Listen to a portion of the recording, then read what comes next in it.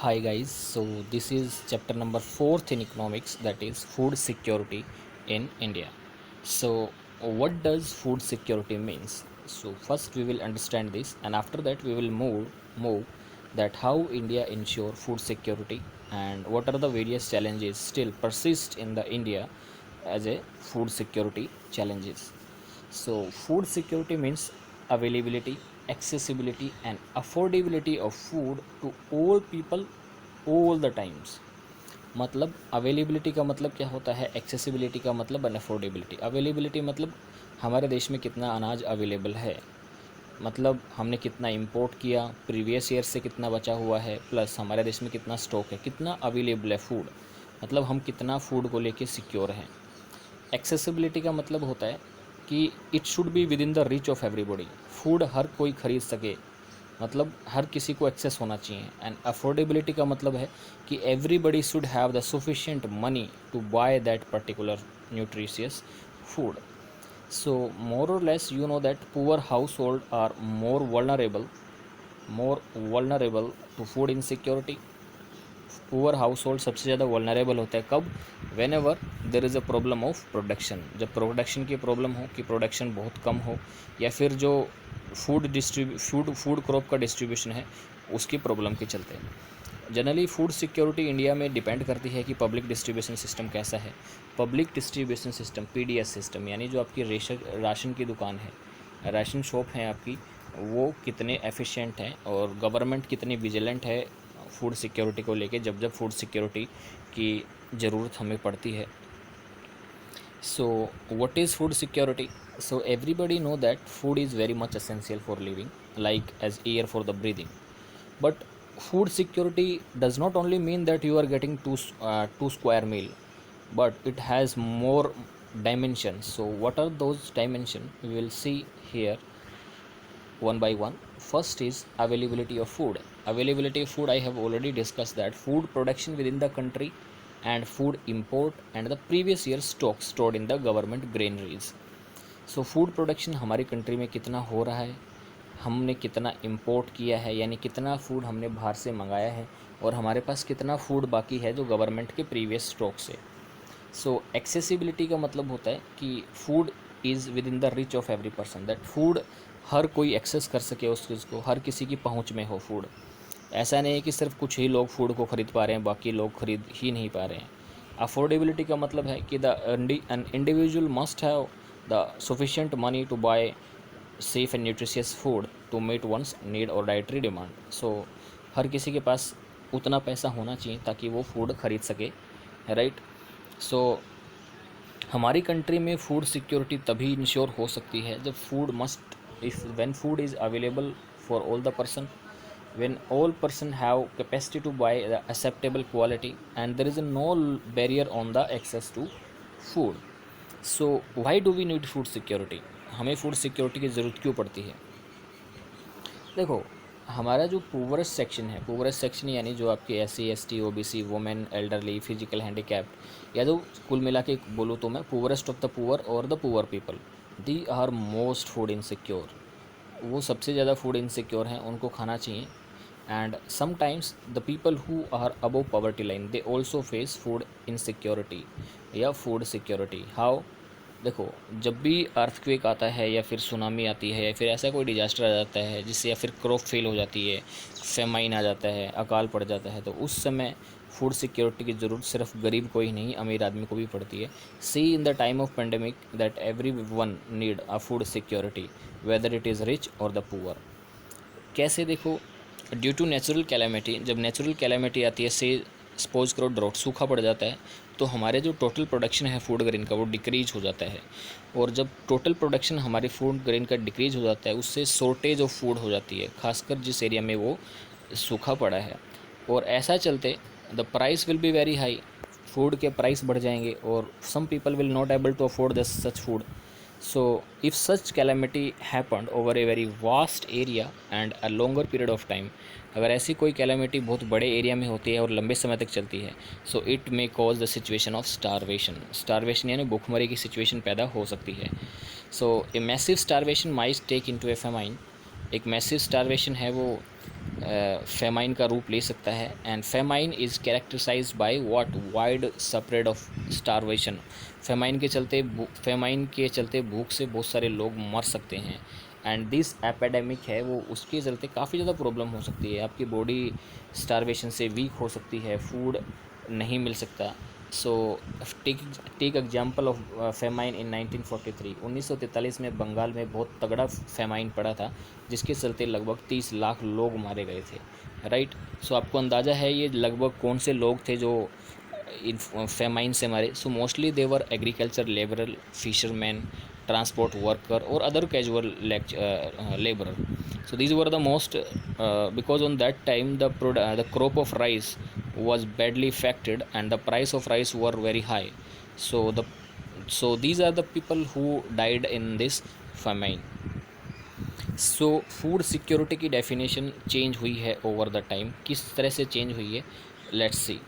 सो पहले जो 1970s तक फूड सिक्योरिटी का मतलब होता था कि हर किसी आदमी को एडिक्वेट सप्लाई ऑफ फूड हो ऑल द टाइम्स। बट 1975 में जो यूनाइटेड नेशन में ये डेफिनेशन थी, तो अमर्त्य सेन ने एक नई डायमेंशन इसमें ऐड करी कि उसने कहा कि फूड का हर किसी को एक्सेस होना चाहिए। और ऐसे चीज़ को उसने क्या बोला, इंटाइटलमेंट का मतलब एक ऐसा कॉम्बिनेशन जहां आप ये देख सको कि आप क्या प्रोड्यूस कर रहे हो और उसके बदले में आप मार्केट में क्या क्या एक्सचेंज कर सकते हो, राइट। सो अकॉर्डिंगली एक सब्सटेंशियल शिफ्ट हुआ कि जो फूड सिक्योरिटी की डेफिनेशन थी वो और ज़्यादा वाइड हुई। और 1995 में जो वर्ल्ड फूड समिट थी उसने ये डिक्लेयर किया कि फूड सिक्योरिटी तभी होगी जब कोई भी individual, house hold, regional, national और ग्लोबल लेवल पे जब हर किसी आदमी को फिजिकल और इकोनॉमिक एक्सेस होगा कि वो safe, sufficient and nutritious food खरीद सके अपने डाइट को सही रखने के लिए और हेल्दी और एक्टिव लाइफ जीने के लिए। वो सारी की सारी उसके पास सारे के सारे फूड सिक्योरिटी के मैकेनिज़्म अवेलेबल हो। और ये FAO की स्टेटमेंट है। और इससे ये भी कहा गया कि food eradication is essential, poverty eradication essential to improve the access of food. जब तक गरीबी दूर नहीं होगी तब तक फूड का जो एक्सेस है वो इम्प्रूव नहीं होगा। सो FAO का जिक्र हुआ तो इसके बारे में बताता हूँ। FAO की फुल फॉर्म होती है फूड एंड एग्रीकल्चरल ऑर्गेनाइजेशन। ये यूनाइटेड नेशन की एक स्पेशलाइज्ड एजेंसी है। और ये जो एजेंसी है इसकी जो इस्टेब्लिशमेंट है वो 16 अक्टूबर 1945, याद रखना 16 अक्टूबर 1945 में हुई थी। और इसका जो हेड क्वार्टर है वो कहाँ है, रोम में है, इटली में, रोम और इटली में है। सो मेनली ये ऑर्गेनाइजेशन फोकस करती है to defeat hunger and to improve the food security around the world. So make sure you remember this. Sometimes NTSC asks this kind of questions that where is the headquarter of FAO. So it is in the Rome. And what is the full form of FAO? Food and Agriculture Organization. And when it was established, 1945. So let's read. So this is Amartya Sen की report है कि 1938 में हमारे देश में जो production कितना हुआ, लगभग प्रोडक्शन तो 85 लाख टन था। तो ना ही हमने इंपोर्ट किया ना ही हमने एक्सपोर्ट किया, पर धीरे धीरे हमने इंपोर्ट करना स्टार्ट कर दिया।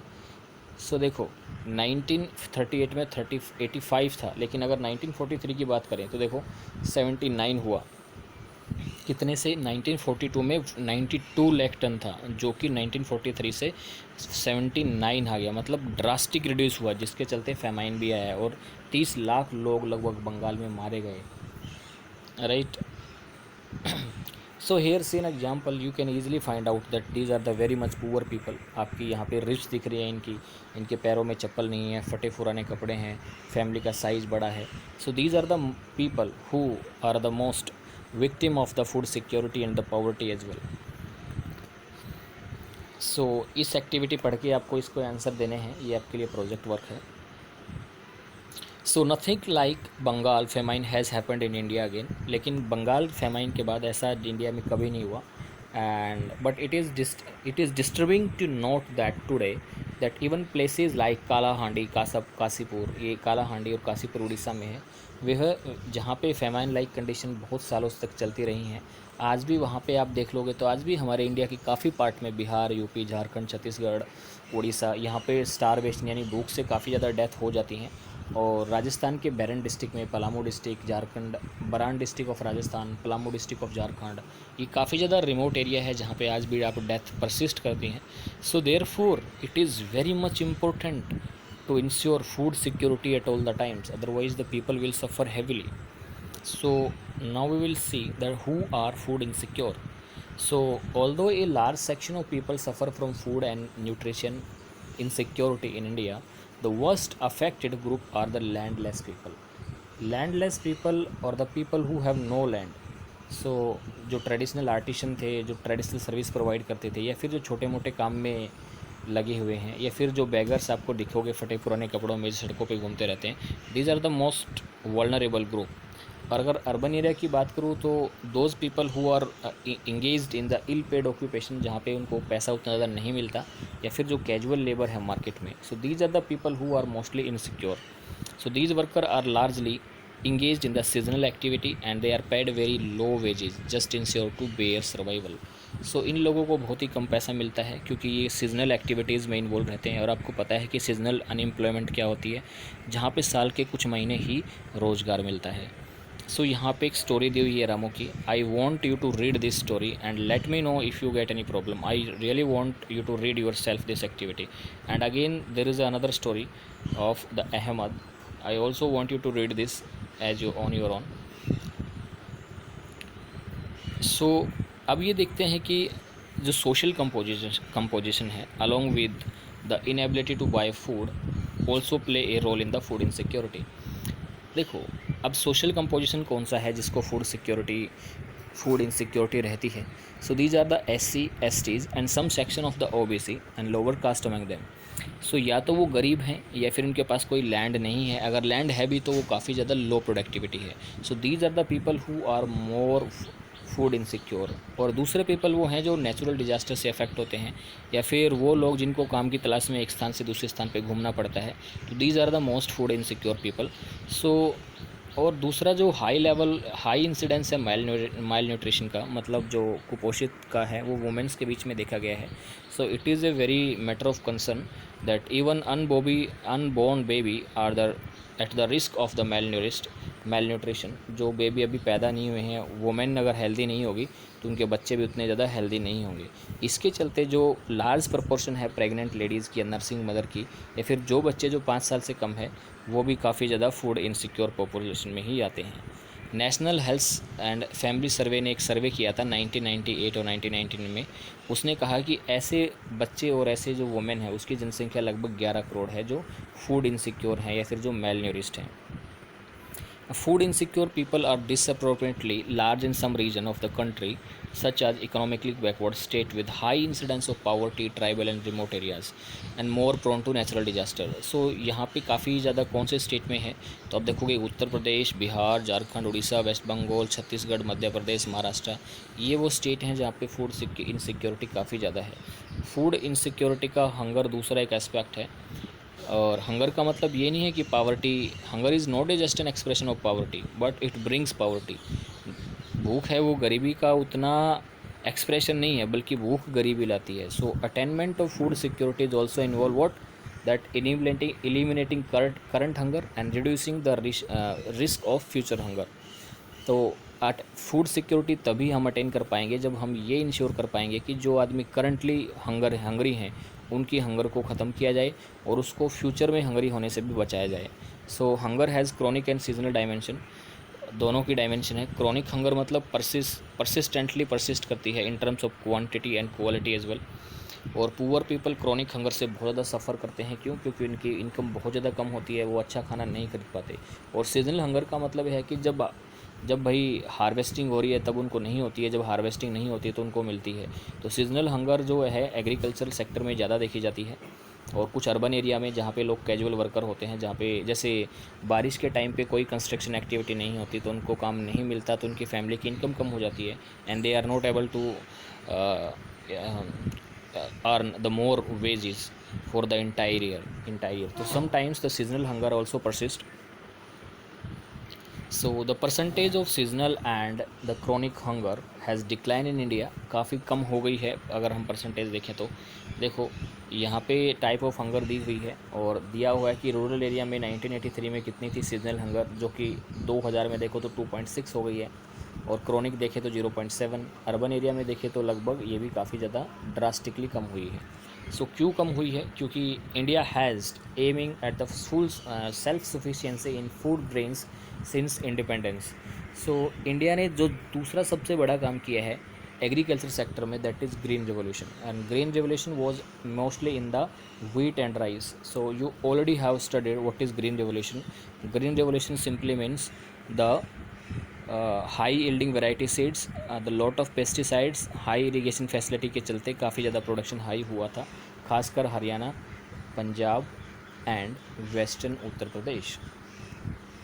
और इंदिरा गांधी ने उस टाइम पे काफ़ी ज़्यादा अचीवमेंट की थी, जो ग्रीन रेवोल्यूशन के टाइम पे काफ़ी ज़्यादा पैदावार हुई थी, और उस टाइम पे उन्होंने एक स्पेशल एग्रीकल्चर से रिलेटेड एक स्टाम्प भी लॉन्च की थी, और व्हीट रिवॉल्यूशन उसको कहा गया था 1968 में। गेहूं की बहुत ज़्यादा पैदावार हुई थी, और व्हीट के बाद ये चीज़ हमने राइस में भी अचीव की, और फूड ग्रेन्स प्रोडक्शन है हमारा वो काफ़ी ज़्यादा हाई हो गया।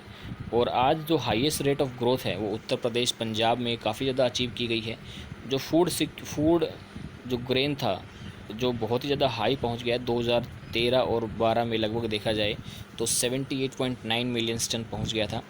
और दूसरी जगह तो राइस की जो यील्ड है वो झारखंड, आसाम, तमिलनाडु, वेस्ट बंगाल, उत्तर प्रदेश में भी काफ़ी ज़्यादा इंक्रीज़ हुई है। सो thanks to the green revolution that has helped the change the aspect of India as far as the agriculture security is considered or food security is considered. So in the next topic we will read about the food security in India. Till then, you enjoy your study at home. Have a good day. Thank you very much.